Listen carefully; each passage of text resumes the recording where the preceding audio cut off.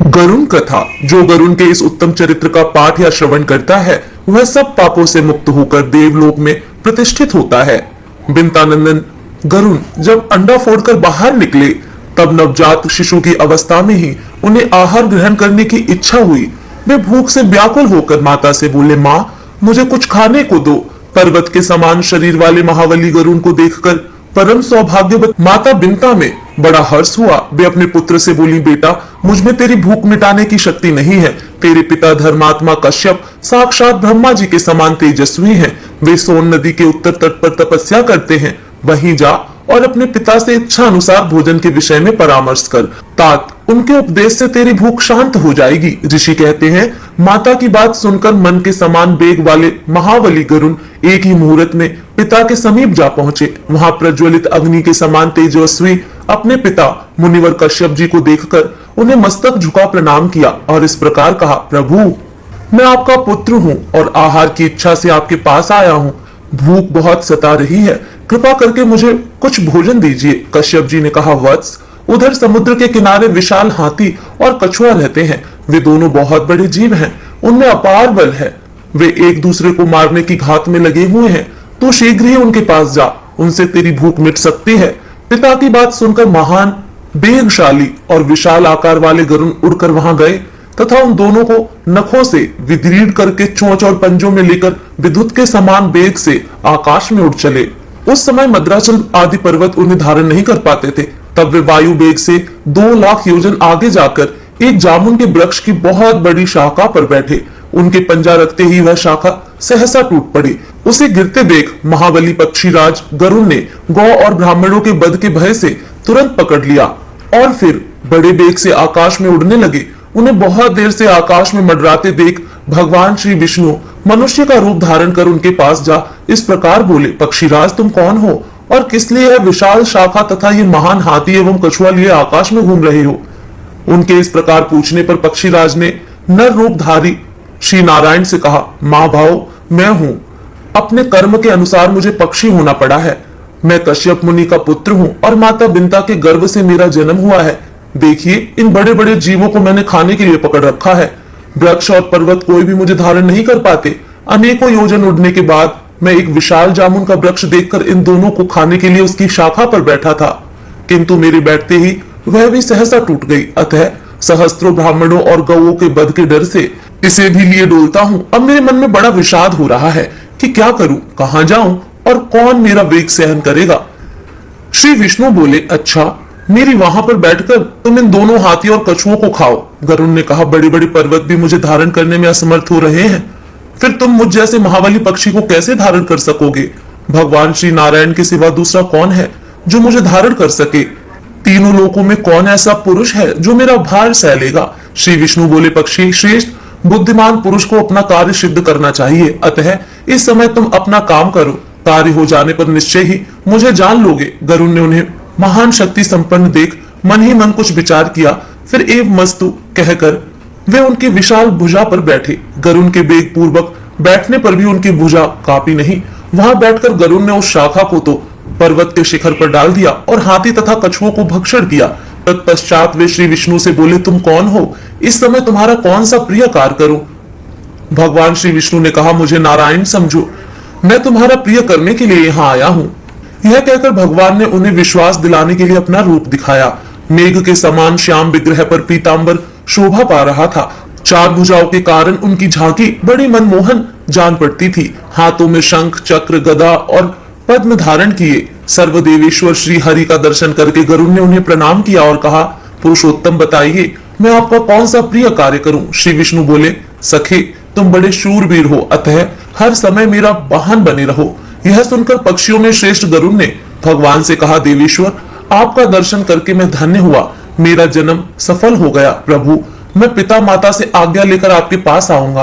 तब भगवान ने प्रसन्न होकर कहा, पक्षीराज तुम अजर अमर बने रहो, किसी भी प्राणी से तुम्हारा बद न हो, तुम्हारा कर्म और तेज मेरे समान हो, सर्वत्र तुम्हारी गति हो, निश्चय ही तुम्हें सब प्रकार के सुख प्राप्त हो, तुम्हारे मन में जो जो इच्छा हो सब पूर्ण हो जाए, तुम्हें अपनी रुचि के अनुकूल यथेष्ट आहार बिना किसी कष्ट के प्राप्त होता रहे, तुम शीघ्र ही अपनी माता को कष्ट से मुक्त करोगे।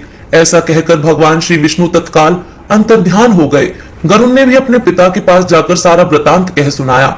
गरुण का वृतांत सुनकर उनके पिता महर्षि कश्यप मन ही मन बहुत प्रसन्न हुए और अपने पुत्र से इस प्रकार बोले। कश्यप मुनि बोले, खगश्रेष्ठ मैं धन्य हूँ, तुम्हारी कल्याणमयी माता भी धन्य है। माता की कोख तथा यह कुल जिसमें तुम्हारे जैसा पुत्र उत्पन्न हुआ सभी धन्य है। जिसके कुल में वैष्णव पुत्र उत्पन्न होता है वह धन्य है। वह वैष्णव पुत्र पुरुषों में श्रेष्ठ है तथा अपने कुल का उद्धार करके श्री विष्णु का सायुज्य प्राप्त करता है। जो प्रतिदिन श्री विष्णु की पूजा करता, श्री विष्णु का ध्यान करता, उन्हीं के यश को गाता, सदा उन्हीं के मंत्र को जपता, श्री विष्णु के ही श्रोत का पाठ करता, उनका प्रसाद पाता और एकादशी के दिन उपवास करता है, वह सब पापों का क्षय हो जाने से निसंदेह मुक्त हो जाता है। जिसके हृदय में सदा ही श्री गोविंद विराजते हैं वह नरश्रेष्ठ विष्णु लोक में प्रतिष्ठित होता है। जल में पवित्र स्थान में, उत्तम पथ पर, गौ में, ब्राह्मण में, स्वर्ग में, ब्रह्मा जी के भवन में तथा पवित्र पुरुष के घर में सदा ही भगवान श्री विष्णु विराजमान रहते हैं। इन सब स्थानों में जो भगवान का जप और चिंतन करता है वह अपने पुण्य के द्वारा पुरुषों में श्रेष्ठ होता है और सब पापों का क्षय हो जाने से भगवान श्री विष्णु का किंकर होता है। जो श्री विष्णु का सारूप्य प्राप्त कर ले वही मानव संसार में धन्य है। बड़े बड़े देवता जिनकी पूजा करते हैं, जो इस जगत के स्वामी, नित्य, अच्युत और अविनाशी हैं, वे भगवान श्री विष्णु जिसके ऊपर प्रसन्न हो जाएं वही पुरुषों में श्रेष्ठ है।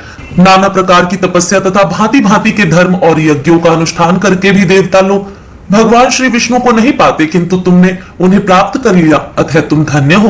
तुम्हारी माता सौत के द्वारा घोर संकट में डाली गई है, उसे छुड़ाओ। माता के दुख का प्रतिकार करके देवेश्वर भगवान श्री विष्णु के पास जाना।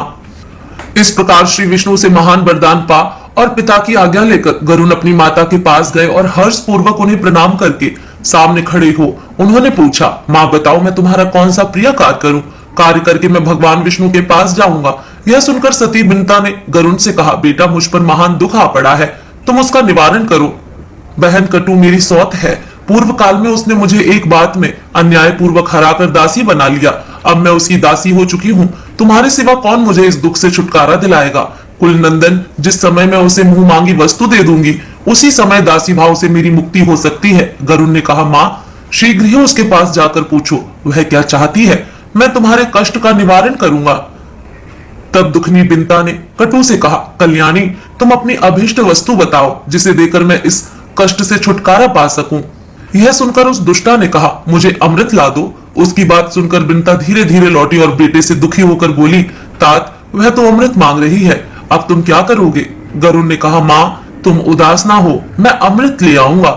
यूं कहकर मन के समान वेगवान पक्षी गरुण सागर से जल ले आकाश मार्ग से चले। उनके पंखों की हवा से बहुत सी धूल भी उनके साथ साथ उड़ती गई। वह धूल राशि उनका साथ न छोड़ सकी। गंतव्य स्थान पर पहुंचकर गरुण ने अपनी चोंच में रखे हुए जल से वहां के अग्निमय प्रकार को बुझा दिया तथा अमृत की रक्षा के लिए जो देवता नियुक्त थे उनकी आंखों में पूर्ववत धूल भर गई, जिससे वे गरुण जी को देख नहीं पाते थे। बलवान गरुण ने राक्षसों को मार गिराया और अमृत लेकर वे वहां से चल दिए। पक्षी को अमृत लेकर आते देख ऐरावत पर चढ़े हुए इंद्र ने कहा, अहो पक्षी का रूप धारण करने वाले तुम कौन हो जो बलपूर्वक अमृत को लिए जाते हो? संपूर्ण देवताओं का अप्रिय करके यहाँ से जीवित कैसे जा सकते हो? गरुण ने कहा, देवराज मैं तुम्हारा अमृत लिए जाता हूँ, तुम अपना पराक्रम दिखाओ। यह सुनकर महाबाहु इंद्र ने गरुण पर तीखे बाणों की वर्षा आरंभ कर दी, मानो मेरुगिरी के शिखर पर मेघजल की धाराएं वर्षा रहा हो। गरुण ने अपने वज्र के समान तीखे नखों से ऐरावत हाथी को विदीर्ण कर डाला तथा मातली सहित रथ और चक्कों को हानि पहुंचाकर अग्रगामी देवताओं को भी घायल कर दिया। तब इंद्र ने कुपित होकर उनके ऊपर वज्र का प्रहार किया। वज्र की चोट खाकर भी महापक्षी गरुण विचलित नहीं हुए, वे बड़े वेग से भूतल की ओर चले।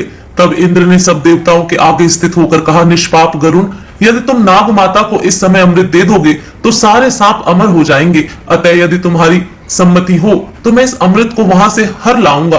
गरुण बोले, मेरी साध्वी माता बिंता दासी भाव के कारण बहुत दुखी है, जिस समय वह दासीपन से मुक्त हो जाए और सब लोग इस बात को जान ले उस समय तुम अमृत को हर लेना। यूं कहकर महाबली गरुण माता के पास जा इस प्रकार बोले, माँ मैं अमृत ले आया हूँ, इसे नाग माता को दे दो। अमृत सहित पुत्र को आया देख बिंता का हृदय हर्ष से खिल उठा।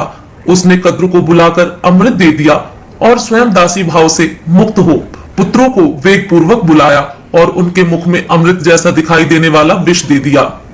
नाग माता ने पुत्रों से कहा, तुम्हारे कुल में होने वाले सभी सर्पों के मुख में ये अमृत की बूंदें नित्य निरंतर उत्पन्न होती रहें तथा तुम लोग इनसे सदा संतुष्ट रहो। इसके बाद गरुण अपने पिता माता से वार्तालाप करके देवताओं की पूजा कर अविनाशी भगवान श्री विष्णु के पास चले गए।